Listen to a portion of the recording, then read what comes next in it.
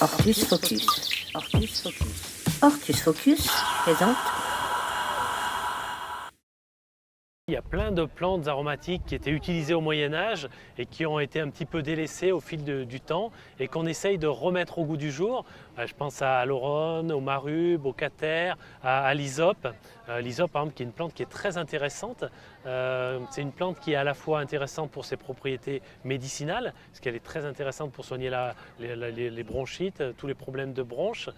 C'est une plante qui est aussi intéressante culinairement, puisqu'on va l'utiliser pour accompagner les grillades, mais également les viandes blanches ou même toutes sortes de légumes verts comme les haricots, les petits pois. Et puis c'est aussi une plante qui est très décorative parce qu'elle se couvre de fleurs violettes pendant tout l'été, et donc c'est vraiment une très belle plante. Donc elle a des intérêts médicinaux, esthétiques, culinaires. Et quand on rajoute à ça le fait qu'elle est une plante qui est très rustique, qui résiste très bien au froid, qui n'a pas besoin d'arrosage, voilà, on a une plante vraiment qui est très intéressante à redécouvrir. Alors il y en a une qu'on aime bien présenter aussi, surtout quand on vient en région parisienne ou dans le nord de la France, c'est le thym luisant, Thymus nitans, qui est un thym qui est assez extraordinaire, parce que pour tous les gens qui ont du mal à cultiver le thym, celui-là est vraiment très, très facile. C'est un thym qui est très parfumé déjà, donc ça c'est vraiment très intéressant.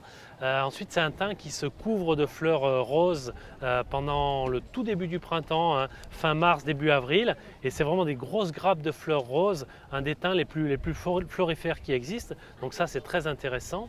Et pour couronner le tout, voilà, c'est un thym qui résiste mieux à l'humidité, qui est assez costaud, assez résistant, qui résiste très bien au froid. C'est un thym qui vient des Cévennes, qui a l'habitude de pousser en montagne. C'est un thym qu'on aime même bien présenter parce qu'il donne toujours de très bons résultats dans les jardins. C'est un thym qui a un pouvoir couvrant qui est intéressant, il va même retomber, donc ce qui fait qu'on peut à la fois l'utiliser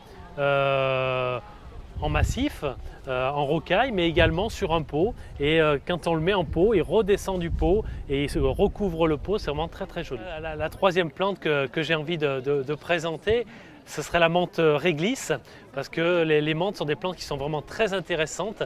Il en existe une multitude de variétés avec des parfums très très différents. On peut avoir des parfums qui sentent la banane, la fraise, le chocolat, le citron, l'orange. Et nous, il y en a une dans toutes celles-là qu'on aime bien, c'est la menthe réglisse, parce que c'est un parfum qui est très, très puissant, très fort, avec des notes de réglisse derrière. Et ça, c'est une menthe qui est extraordinaire en infusion. On a une infusion où on retrouve des parfums mentholés de réglisse, c'est vraiment très agréable. Et cette menthe aussi, une menthe qui est très, très facile à cultiver. Comme toutes les autres menthes. Et voilà, j'aime bien mettre les menthes en avant parce que c'est vraiment des plantes intéressantes.